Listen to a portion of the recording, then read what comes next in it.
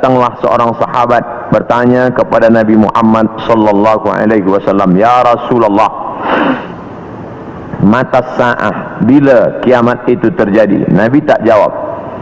Itu menunjukkan bahawa Allah tidak berikan wahyu kepada Nabi untuk menetapkan hari, bulan, tahun. Nabi tidak menjawab, tapi Nabi balik bertanya, "Ma'adattalaha?" Siapa tadi yang bertanya? Manakala Nabi menyampaikan tazkirah, orang ini bertanya, "Mata sa'ah?" Nabi diam saja. Nabi terus berikan tazkirah. Selepas itu baru Nabi tanya, "Aina sa'il?" Siapa yang bertanya tadi? "Saya ya Rasulullah." Lalu kata Rasulullah, "Ma'adattalaha?" Apa yang sudah kau siapkan untuk hari kiamat itu? Menunjukkan bahawa hari, bulan dan tahunnya tidak diketahui siapapun. Bila hari ini beredar berita bahawa ada tulisan, ada orang yang mengetahui hari kiamat, maka bercanggah dengan Quran dan sunnah Rasulullah sallallahu alaihi wasallam. Kerana Nabi tidak pernah membicarakan itu kepada Sayyidina Abu Bakar, Umar, Uthman wa Ali wa an kulli sahabati Rasulillah ajma'in. Sedangkan Al-Quran jelas-jelas, a'udzubillahi minasyaitonir rajim, yas'alunaka 'anis sa'ati ayyana mursaha. Mereka bertanya kepada engkau tentang hari kiamat, bila terjadinya. La ya'lamuha illahu, tidak ada yang tahu kecuali hanya Allah Subhanahu wa ta'ala. Tapi masalah tanda-tandanya, maka Nabi banyak bercerita. Tanda-tanda ini dibagi dua. Ada tanda yang bersifat fisik, nampak. Di antaranya ucapan Nabi, tatawul al-bunyan, berlomba-lomba membuat bangunan tower yang tinggi.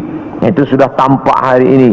Bahkan Imam Sun'ani menyebutkan, bila ada binaan, bangunan yang lebih tinggi daripada Jabal Abi Qubais, salah satu tanda hari kiamat. Hari ini kita melihat Jabal Abi Qubais dulu bukit yang paling tinggi di samping Ka'bah. Hari ini Jabal Abi Qubais lah yang paling rendah. Jabal Abi Qubais di belakang bukit Safa. Bila kita naik ke atas bukit Safa, ingin memulai sa'i menghadap ke arah kiblat, tepat di belakang kita Jabal Abi Qubais yang dipotong, dikerat, kemudian di atasnya dibina istana Raja Fahad. Dulu kerana Makkah itu seperti kuali, lalu kemudian di tengah itu Ka'bah, maka bukit-bukit di sekeliling yang paling tinggi adalah Jabal Abi Qubais. Hari ini Jabal Abi Qubais paling rendah, ditambah gedung-gedung tinggi dan Zamzam Tower paling tinggi. Maka ini salah satu tanda fisik yang nampak oleh mata. Lalu kemudian tentang bagaimana seorang ibu antalidal amatu rabbataha, seorang budak hamba sahaya melahirkan tuannya. Ini pun juga physically nampak dia oleh mata. Ada dua makna bahawa seorang hamba sahaya melahirkan tuannya. Yang pertama maknanya, ketika umat Islam berkuasa, lalu kemudian dia menguasai suatu kawasan, maka perempuan-perempuan itu menjadi budak, dan budak-budak ini melahirkan anak-anak yang merdeka. Maka maknanya Islam punya kekuasaan yang luas. Akhirnya ibunya budak hamba sahaya, anaknya orang merdeka. Makna pertama.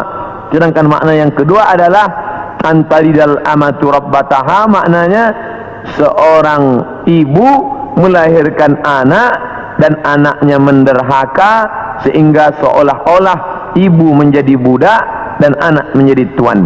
Ini pun fisik, nampak dengan nyata.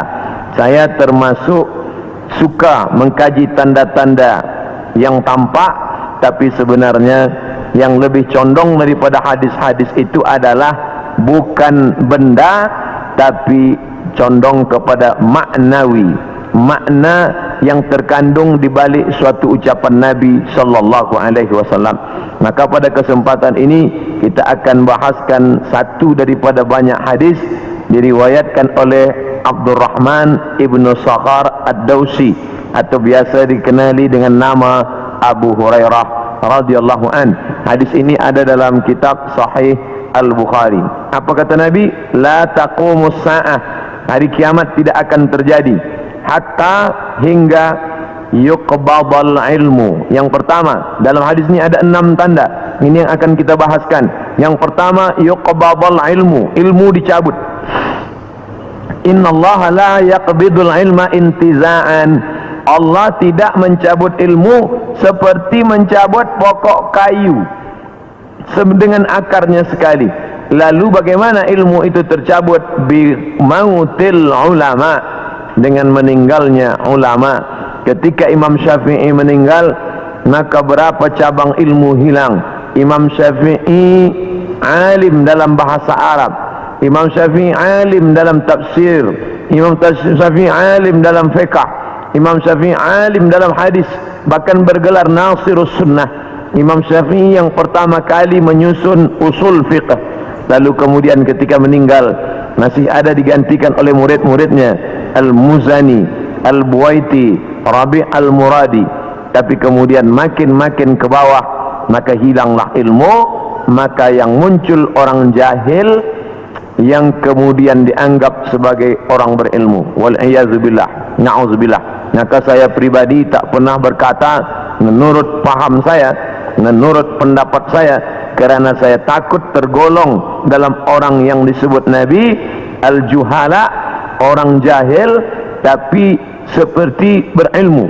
Zahirnya orang menyangka berilmu padahal tidak.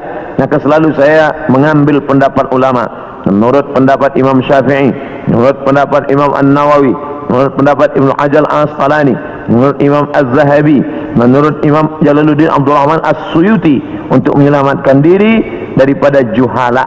Na'udzubillah.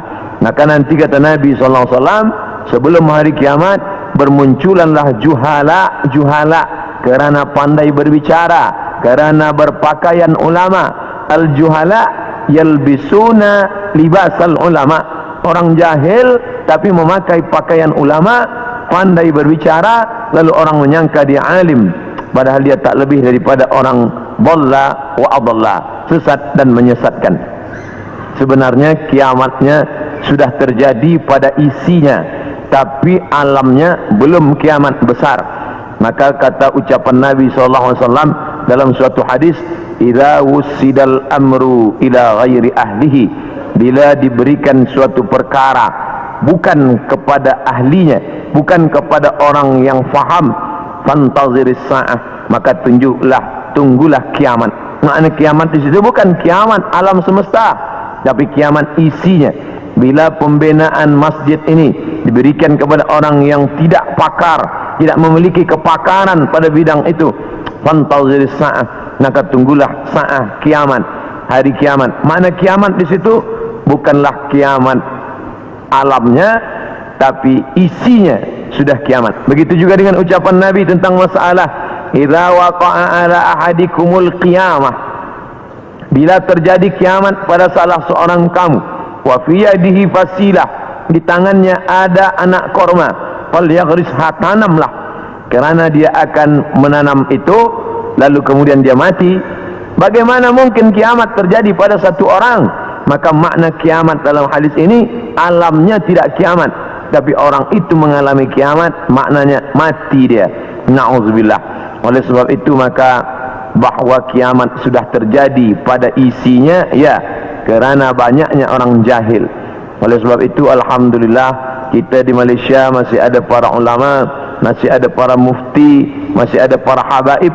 Maka kita datang ke majlis-majlis mereka, hindari majlis-majlis orang-orang jahil yang tidak diketahui sanad ilmunya, yang tidak diketahui dapat dari mana, bahkan mendakwa mendapat dari mimpi. Langsung berjumpa dengan Syekh Abdul Qadir Al-Jilani, langsung saja terus mendapatkan zikir talqin dari Rasulullah SAW tanpa bersanad, tanpa berguru. Padahal para imam mengajarkan kita ada namanya sanad. Al-isnad minad din, sanad itu bahagian dari agama. Laulal isnad, kalaulah bukan kerana sanad, laqala man sya'a ma sya'a, maka orang mudah saja berkata sesuai kehendak hawa nafsunya. Begitu kata Imam Abdullah ibn al-Mubarak, salah seorang ulama hadis yang amat sangat tinggi ilmunya. Maka Imam Bukhari bersanad sampai ke Nabi Muhammad sallallahu alaihi wasallam. Imam Bukhari mendapatkan hadis itu dari gurunya, namanya Abdullah ibnu Maslamah. Abdullah ibnu Maslamah mendapatkan dari gurunya, namanya Malik bin Anas. Malik bin Anas mendapatkan dari gurunya, namanya Abu Zinad. Abu Zinad mendapatkan dari gurunya, namanya Al-A'raj. Al-A'raj mendapatkan dari gurunya, namanya Abu Hurairah. Abu Hurairah mendapatkan dari gurunya, namanya Sayyidina wa Maulana Muhammad sallallahu alaihi wasallam. Dan di antara sanad itu mesti diteliti pula, orang ini mestilah adil. Makna adil menjauhi dosa besar, menghindari dosa kecil. Lawan daripada kata adil adalah fasik. Wallahu la yahdil qaumal fasiqin. Allah tak berikan hidayah kepada orang yang fasik. Adapun orang yang adil tapi dia tidak dhabit, tidak kuat ingatannya, maka dia juga tidak layak diambil ilmu daripadanya. Oleh sebab itu, apa kata Imam Malik bin Anas, guru Imam Syafi'i? Makamnya di Baqi di samping Masjid Nabawi, meninggal tahun 179 Hijrah. Aku berjumpa dengan 70 orang di dalam masjid ini, maksudnya Masjid Nabawi di Madinah. Andai aku minta satu di antara mereka berdoa, maka turun hujan, saking makbulnya doa mereka. Tapi tidak aku ambil hadis satu pun dari ke-70 orang itu. 70 orang zuhud, ahli ibadah, abid, banyak ibadahnya, kabul doanya. Andai ku minta satu orang berdoa, turun hujan, begitulah kabulnya. Tapi aku tidak mengambil ilmu dari mereka kerana tidak dhabit, kuat ingatannya. Begitulah ulama menapis supaya jangan sampai mengambil ilmu daripada orang jahil. Kerana di antara tanda kiamat adalah yuqbadul ilmu, bahwa ilmu dicabut Allah subhanahu wa ta'ala. Maka bila kita masih ada kajian-kajian khas tafsir, khas fiqh, khas usul fiqh, khas hadis, maka kita hadir, kita dengarkan, kita fahami, kita rakamkan, kita share, maka dia bagian dari dakwah. Tapi bila itu sudah tampak banyak menebar, sebenarnya salah satu daripada tanda hari kiamat. Yang kedua, wa taksuruz zalazil, banyak terjadi zalazil. Zilzal, gempa. Zalazil, gempa. Maka kita lihat, idza zulzilatil ardu zilzalaha, bila sudah digoncangkan bumi itu, wa akhrajatil ardu athqalaha, dan dia menggoncangkan, lalu keluarlah isi yang ada di dalamnya. Dulu terjadi juga gempa, faj'alna 'aliyaha safilaha, kami jadikan bagian dalam naik ke atas, bagian atas turun ke bawah. Amtarna 'alaihim, kami hujani mereka, bihijaratin, dengan batu, min sijilin mandud, dari tanah liat yang terbakar. Sudah lama terjadi, tapi hari ini terjadi lebih banyak lagi di banyak-banyak tempat. Bahkan gempa tak lagi terhitung. Hari ini terjadi di sini, hari ini terjadi di sini. Ini menunjukkan bahawa salah satu dari tanda-tanda itu sudah muncul, mengingatkan kita. Apakah dengan terjadinya ini lalu kita stres, setelah ini lalu kita tidak beraktiviti, lalu setelah ini kita tidak lagi beramal? Bukan begitu makna memahami tajuk kajian kita ini. Dengan memahami tanda hari kiamat, bukan menyuruh kita berhenti bekerja, bukan menjadikan kita menjadi tidak bersemangat untuk mencari nafkah, malah judul tajuk kita siang ini membuat kita semakin bersemangat untuk beramal soleh, kerana kita akan tetap mati menghadap Allah. Maka yang dibawa serta adalah amal-amal. Makanya dalam sebuah ungkapan, bukan hadis Nabi, i'mal lidunyaka, beramallah untuk duniamu, ka'annaka ta'ishu abada, seakan-akan kau hidup untuk selamanya. Wa amal li akhiratika, beramallah untuk akhiratmu, ka'annaka tamutu wada, seakan-akan kau mati besok. Maka siang ini kita salat zuhur pukul 1:30, maka seakan-akan inilah zuhur yang terakhir. Saya akan sampaikan tazkirah ini dalam 60 menit. Selepas itu kita akan buka soalan, kita akan jawab masalah-masalah yang ditanyakan terkait dengan tajuk kita sebahagian besarnya. Maka selepas mengkaji tajuk tanda-tanda hari kiamat, bukan membuat kita lalu berhenti beramal, tapi membuat kita makin bersemangat beramal. Kerana ternyata alam akan berakhir, rumah yang besar akan hancur, kereta tak dibawa serta, yang dibawa hanyalah illal ladina amanu, iman, wa amilus salihat, dan amal-amal saleh. Lain daripada itu tinggal. Maka bagi sesiapa saja yang ikut tajuk kajian kita ini, selepas ini bertambah amalnya, bertambah khusyuknya, bertambah takutnya, itulah orang yang berhasil. Adapun selepas ini tak ada perubahan apa-apa, biasa sahaja, maka termasuk orang-orang yang mubazir. Innal mubazzirina kanu ikhwana syayatin. Orang yang mubazir adalah ikhwan, saudara-saudara syaitan. Mengapa begitu? Dia sudah mubazir waktu, dia sudah mubazir energi, dia tidak mendapatkan manfaat apa-apa. Padahal ayat-ayat yang kita baca, idza tuliyat alaihim ayatuhu, kalau dibacakan ayat-ayat Allah, zadathum imana, bertambahlah imannya. Dari dua tanda ini ada perbezaan. Tanda yang pertama, tidak tampak, ilmu dicabut. Tidak nampak mana ilmu yang dicabut, mana ilmu yang kekal. Yang kedua, zalazil, gempa. Ini nampak, bisa dirasakan. Berapa skala Richter, ini semua orang tahu. Bahkan bergoncang, ada kaca yang pecah, ada dinding rumah yang retak. Itu terjadi belakangan ini lebih banyak lagi signal pertanda bahawa Allah Subhanahu wa taala akan mengakhiri dunia ini. Lalu kemudian berikutnya adalah wa yataqarabuz zaman. Zaman, masa, waktu, yataqarab, saling mendekati. Apa makna saling mendekati? Tidak lagi terasa. Baru saja hari Jumat, esok hari kita sudah solat Jumat. Baru saja Idul Adha, kita sudah membeli kambing dan sapi untuk Idul Adha berikutnya. Baru saja lepas Idul Fitri, sudah bersiap-siap lagi hendak memasuki bulan Ramadan. Itu kita rasakan sekarang. Apakah sebenarnya waktu itu berkurang? Waktu tidak berkurang. 24 jam, 12 jam siang, 12 jam malam, dari dulu sampai begitu. Lalu mengapa terasa yataqarabuz zaman? Kerana ada alat-alat yang membuat kita merasa cepat. Dengan tumbuhnya alat-alat elektronik, datangnya internet, sehingga zaman begitu cepat tak terasa. Dulu orang duduk lama terasa, baru berakhir petang hari, tapi hari ini tak terasa.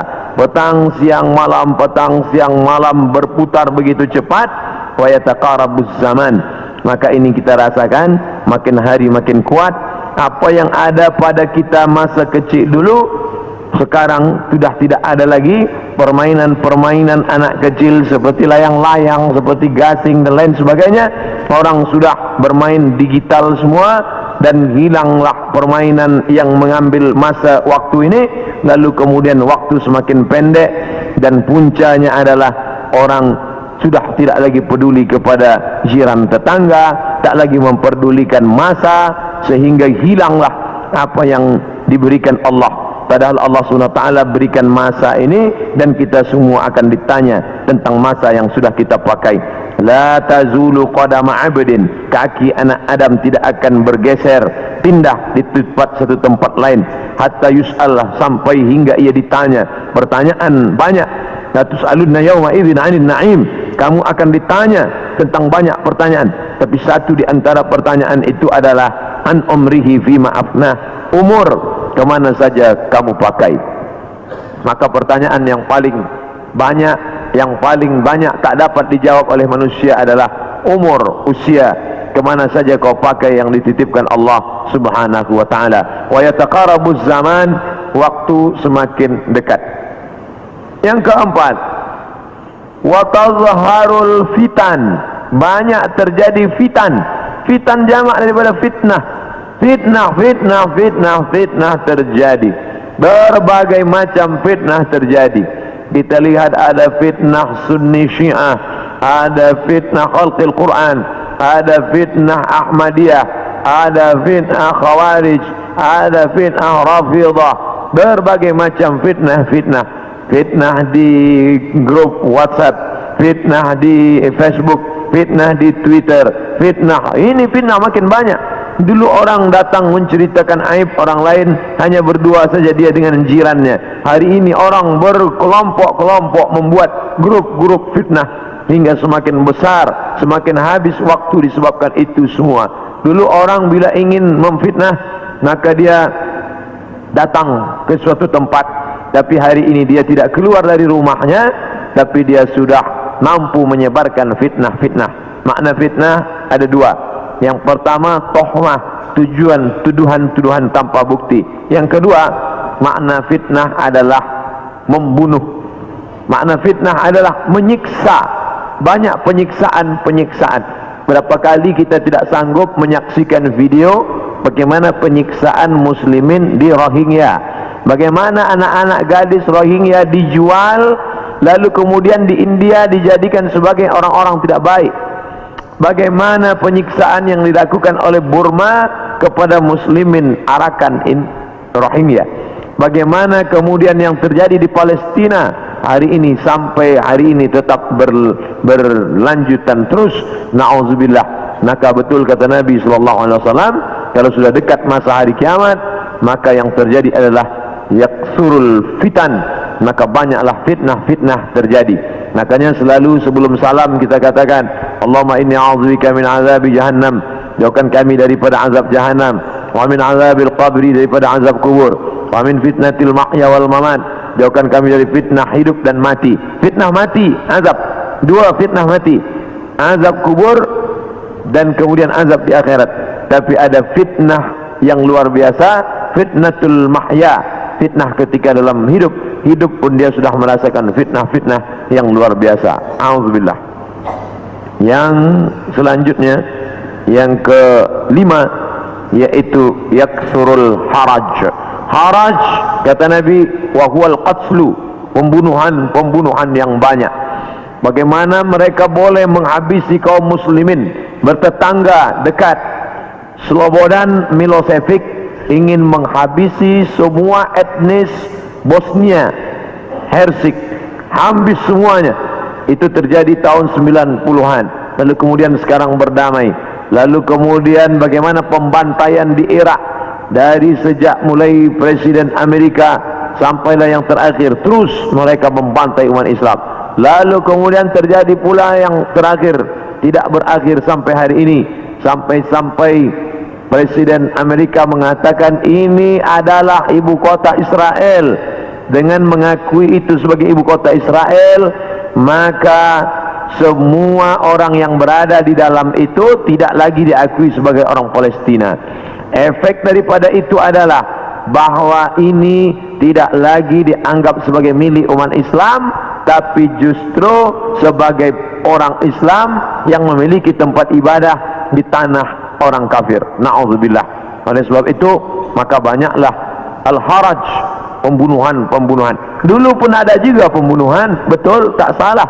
Ada Romawi membunuh Persia membunuh Rom, itu biasa, itu terjadi. Tapi zaman sekarang pembunuhan merajalela kerana alat untuk membunuh itu diciptakan lebih banyak. Senjata-senjata dari besi diciptakan lebih banyak lagi untuk menghabisi umat manusia. Maka itulah yang dikatakan Nabi, yaksurul haraj. Apa salah kita? Mengapa kita dihidupkan Allah di zaman ini? Mengapa kita tak hidup di zaman Abu Bakar, Umar, Uthman wa Ali? Maka ada kabar gembira dari Nabi SAW. Al-ibadatu fil haraj. Orang yang tetap istiqamah beribadah fil haraj, ketika banyak pembunuhan ini, tetap imannya kuat, tetap dia istiqamah. Kahijratin ilayya, seperti orang yang berhijrah kepada Nabi Muhammad sallallahu alaihi wasallam. Mudah-mudahan kita termasuk orang yang tetap istiqamah dalam keadaan banyak pembunuhan, dan kita seperti orang yang berhijrah walaupun sudah 1439 tahun lampau, tapi kita tetap diakui sebagai umat Muhammad sallallahu alaihi wasallam dan seperti orang yang berhijrah. Makanya sekarang ada orang istilah, ini adalah hijrah saya, ini adalah momen hijrah saya. Sebenarnya tidak lagi ada hijrah. La hijrata ba'dal fath. Setelah pembebasan kota Makkah, tidak lagi ada hijrah. Yang dimaksud hijrah adalah pindah dari batil kepada hak, pindah dari syirik kepada tauhid, pindah dari jahil kepada ilm. Itulah makna daripada hijrah. Kemudian yang keenam, hatta yaksura fikumul mal fayafidhu. Banyak orang yang melimpah ruah hartanya sampai yafidhu, seperti air yang penuh tumpah. Banyak orang-orang kaya. Dulu orang hanya kaya tapi masih ada batasnya. Sekarang ada orang yang amat sangat kaya tanpa batas, tapi tidak tahu lagi dia mau dibuat kemana kekayaan ini. Dan itu terjadi hari ini. Dulu orang kaya kerana dia berniaga, bekerja. Ada orang kaya kerana dia menjual emas. Ada orang kaya kerana dia beternak sapi, kambing. Ada orang kaya kerana dia membuat kolam ikan. Artinya dia bekerja, keluar peluh keringatnya baru dia kaya. Hari ini ada orang yang duduk-duduk saja tapi kekayaannya amat sangat melimpah ruah. Maka apa yang dikatakan Nabi SAW terwujud hari ini, yang menunjukkan hari kiamat itu hampir saja terjadi. Bahkan ketika Isra Mi'raj pun Nabi melihat ada seorang perempuan tua yang melambaikan tangannya memanggil. Lalu Nabi bertanya kepada Jibril alaihissalam, siapa itu Jibril? Jibril menjawab, itulah dunia yang sudah tua. Walaupun sudah tua dia tetap berhias kerana dia tak ingin tua. Dunia dengan usianya yang tua, hampir kiamat, dia tetap berhias dengan perhiasan-perhiasan harta benda, dengan binaan-binaan yang besar. Tapi sebenarnya dia semakin tua, dan sampai masanya terjadilah apa yang dikatakan Allah Subhanahu wa taala, hancur semuanya, berkeping, tak bermakna sama sekali. Maka ini salah satu tanda yang dikatakan Nabi sallallahu alaihi wasallam. Kemudian hadis berikutnya disebutkan juga dalam Sahih Al-Bukhari. Apa kata Nabi sallallahu alaihi wasallam? Tetap dari Abu Hurairah, la taqumus sa'ah, tidak terjadi hari kiamat hatta yanzila fikum ibnu Maryam, sampai datang anak Maryam. Yang dimaksud dengan anak Maryam adalah Nabi Isa alaihissalam, hakaman muqsitan, sebagai seorang hakim yang adil. Mungkin keadilan susah didapatkan dari manusia yang condong kepada harta dan hawa nafsu, tapi kerana dia seorang nabi, bukankah dia sudah mati, meninggal dunia? Barrafa'ullah wa ma qataluhu, mereka tidak berhasil membunuhnya. Wa ma salabuhu, mereka tidak berhasil menyalibnya. Walakin syubbiha lahum, ada orang lain yang diserupakan wajahnya dengan Isa. Dialah Yudas Iskariot, dialah Yahuza, yang kemudian ditangkap oleh tentera daripada Yahudi yang benci akan Isa, dan mereka menyalibnya di tiang Golgota, dan mereka mengatakan inilah dia. Maka kata Allah, wa ma qataluhu yaqina, mereka tidak yakin seyakin-yakinnya tentang itu. Sampai akhirnya pada tahun 324 terjadilah konsili, pertemuan pertemuan seluruh pendeta-pendeta, dan mereka berhasil menyepakati di sebuah kota bernama Nisea. Sekarang letaknya di Turki. Yang dulu kota itu besar, dibina oleh seorang raja bernama Konstantinopel, yang kemudian kota itu dirubah oleh Muhammad Al-Fatih menjadi kota Islambul, kota Islam, negeri Islam, yang berubah menjadi Istanbul. Maka di sana ada satu tempat bernama Nisea. Di Nisea inilah mereka bersepakat bahwa Isa adalah anak Tuhan bagian, padahal itu tidak ada disebutkan dalam Injil, tidak ada dalam wahyu Allah Subhanahu wa taala. Yuharrifuna al-kalima am mawadhihi, mereka merubah-rubah kalimat yang ada dalam kitab suci sesuai dengan kemauan kehendak hawa nafsu mereka. Maka mereka tidak berhasil membunuhnya. Barrafa'ullah, Allah mengangkatnya, dan dia belum meninggal dunia sampai masanya menjelang hari kiamat. Nabi Muhammad SAW bercerita bahwa Nabi Isa ini akan turun menjadi pemimpin yang adil. Apakah dia membawa syariat baru lalu menasakh syariat Muhammad SAW? Tidak. Dia menghidupkan lagi sunnah-sunnah Rasulullah SAW. Dia menjadi imam di masjid, dia mengajak orang solat berjamaah, dia tetap menegakkan syariat Muhammad. Dia tidak menasakh apapun kerana dia datang sesudah Nabi Muhammad, maka dia sendiri pun ikut syariat Nabi Muhammad sallallahu alaihi wasallam. Dia tidak hanya sebagai seorang ulama, dia tidak hanya sebagai orang yang faham agama, tapi dia menjadi hakaman muqsitan, sebagai pemimpin yang adil. Dia yang akan memimpin dunia. Bila ini terjadi, maka hari kiamat akan segera tiba. Ini termasuk tanda yang fizik, yang nampak, yang orangnya langsung. Tempat turunnya disebutkan di sebuah masjid bermenara warna putih di Damaskus, Syam. Maka di antara doa Nabi SAW, Allahumma barik lana fi Syamina, Allahumma barik lana fi Syamina. Ya Allah, berikanlah berkah di negeri Syam. Negeri Syam disebut negeri yang penuh dengan barakah. Subhanallazi asra bi'amrihi lailan minal masjidil haram ilal masjidil aqsa alladzi barakna haulahu. Kami berkahi tempat itu linuriyahu min ayatina, karena kami ingin menunjukkan ayat-ayat kami kepada orang yang tidak percaya kepada ayat-ayat. Bahwa Nabi Isa datang tidak membawa syariat baru, tapi dia membatalkan syariat yang sudah dirubah oleh para pendeta. Di antaranya mereka mengatakan bahwa Nabi Isa meninggal dunia tergantung di pelang salib, maka dibantah. Fayaksirus salib, dia menghancurkan salib. Salib bahasa Arab, salib bahasa kita, palang salib. Maka Nabi Isa datang menghancurkan salib. Ini menunjukkan bahwa akidah salib itu batil, tidak dibenarkan. Karena andai dia benar, pasti Nabi Isa melanjutkannya. Yang menghancurkannya Nabi Isa sendiri. Yang mengatakan itu patung dia, maka itu dibantah oleh Al-Quran. Wa ma qataluhu, mereka tidak membunuhnya. Wa ma salabuhu, mereka tidak menyalibnya. Walakin syubbiha lahum, ada orang lain yang diserupakan dengannya. Bila ada orang berkata, kamu jangan kaji-kaji agama kami, jangan bahas-bahas agama kami, urus sajalah agama kamu, lakum dinukum waliyadin. Kami tidak mungkin membahas agama kamu kalau Allah tidak menyebutkannya dalam Al-Quran. Allah menyebutkan tentang yang kamu katakan sebagai Tuhan itu dalam beberapa surah. Al-Fatihah, Al-Baqarah, Ali Imran. Ali keluarga, Imran punya anak bernama Maryam. Maryam punya anak perempuan laki-laki bernama Isa.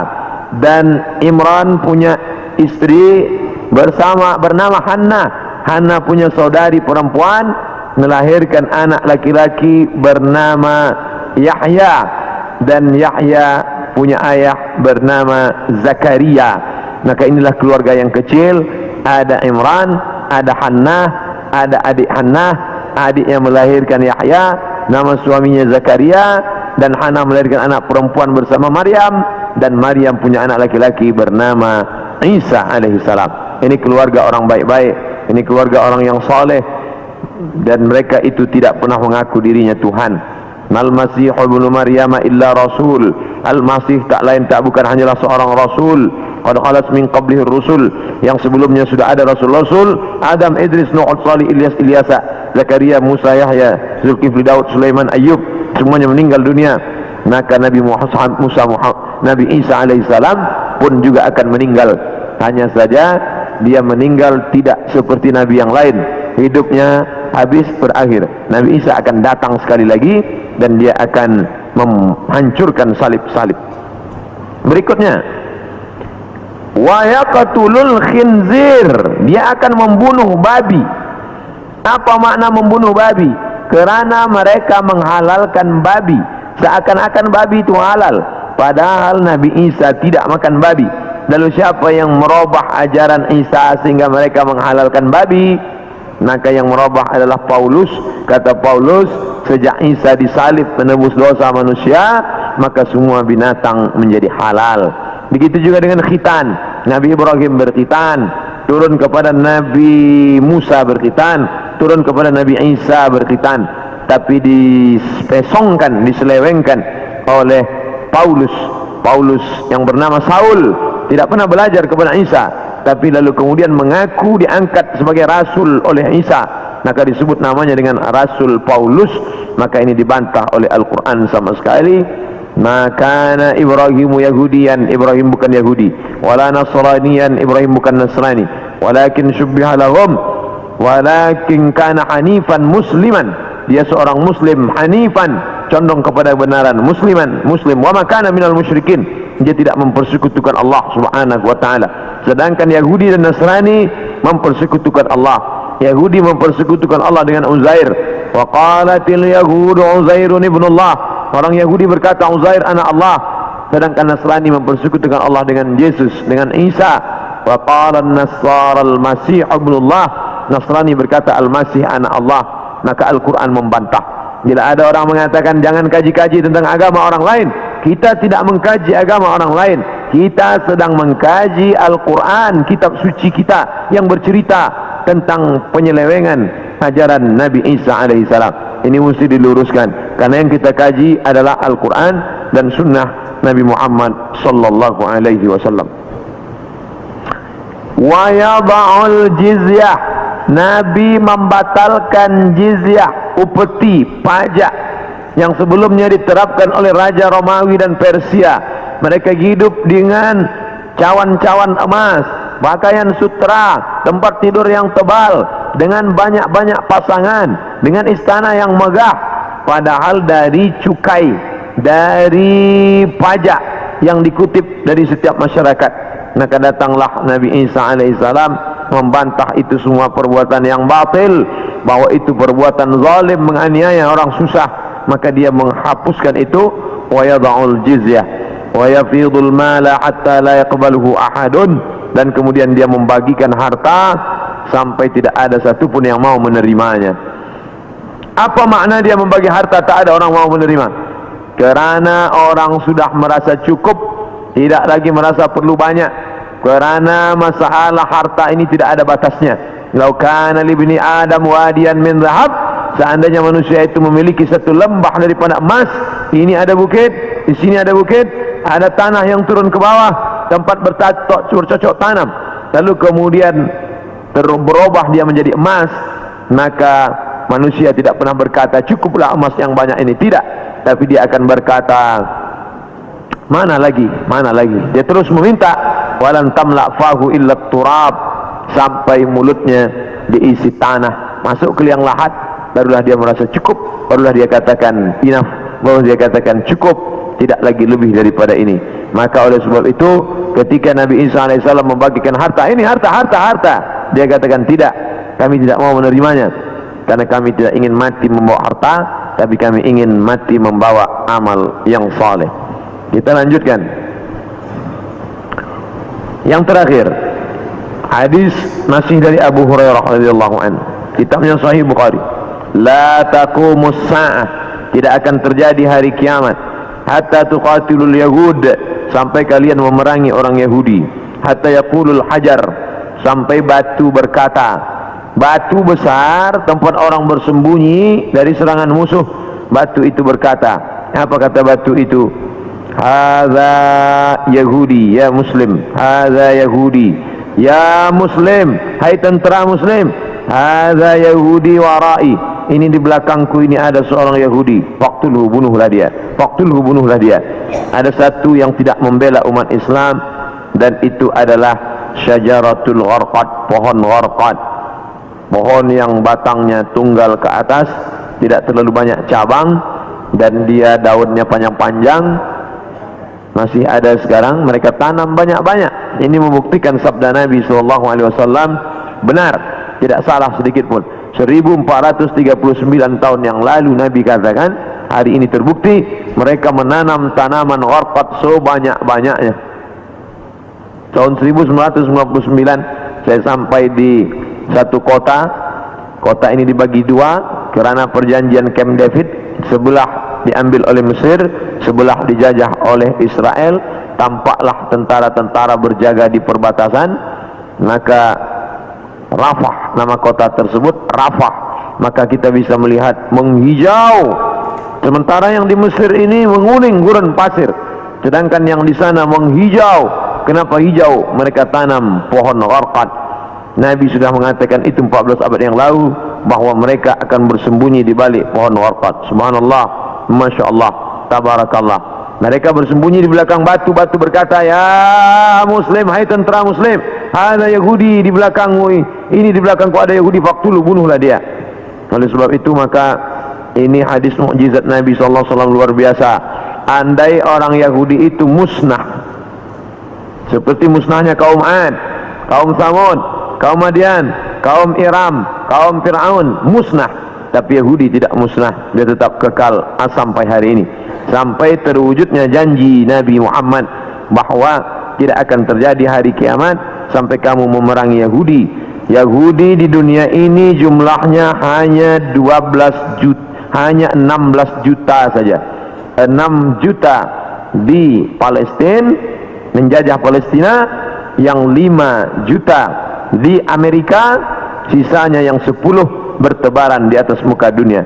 Ada Yahudi Rusia, ada Yahudi Arab Maghribi, Maroko, ada beberapa Yahudi di Maghribi, kerana ketika itu raja daripada Spain mengusir seluruh pendatang dan larilah mereka ke negeri Islam. Ini menunjukkan Yahudi antara tiga, dia tidak dapat diterima oleh Nasrani, tapi dia bisa diterima oleh Islam. Islam menerima mereka, marhaba ahlan wa sahlan, sampai mereka punya negeri, bercucu, bersahabat, berkawan dengan kaum muslimin yang ada di Maghribi, kerana mereka diusir dari Andalusia, padahal mereka dekat dengan Andalusia, dekat dengan Kristian, dekat dengan Nasrani, tapi mereka justru lebih nyaman, lebih dekat berkawan dengan orang Islam, karena Muslim itu wa ma arsalnaka illa rahmatan lil alamin. Apapun yang terjadi, kita tetap siap siaga. Mau kiamat terjadi hari ini, besok, pagi, petang, kita tetap beriman dan beramal soleh. Maka saya tidak menjelaskan secara panjang lebar tentang masalah satu persatu, tapi kita kaji berdasarkan beberapa hadis-hadis Nabi Muhammad sallallahu alaihi wasallam. Yas'alunaka 'anis sa'ah, mereka bertanya kepadamu tentang hari kiamat. Qul la yujalliha illa liwaqtiha, la yujalliha liwaqtiha illa hu, tidak ada yang dapat mengetahui waktunya kecuali Allah Subhanahu wa taala.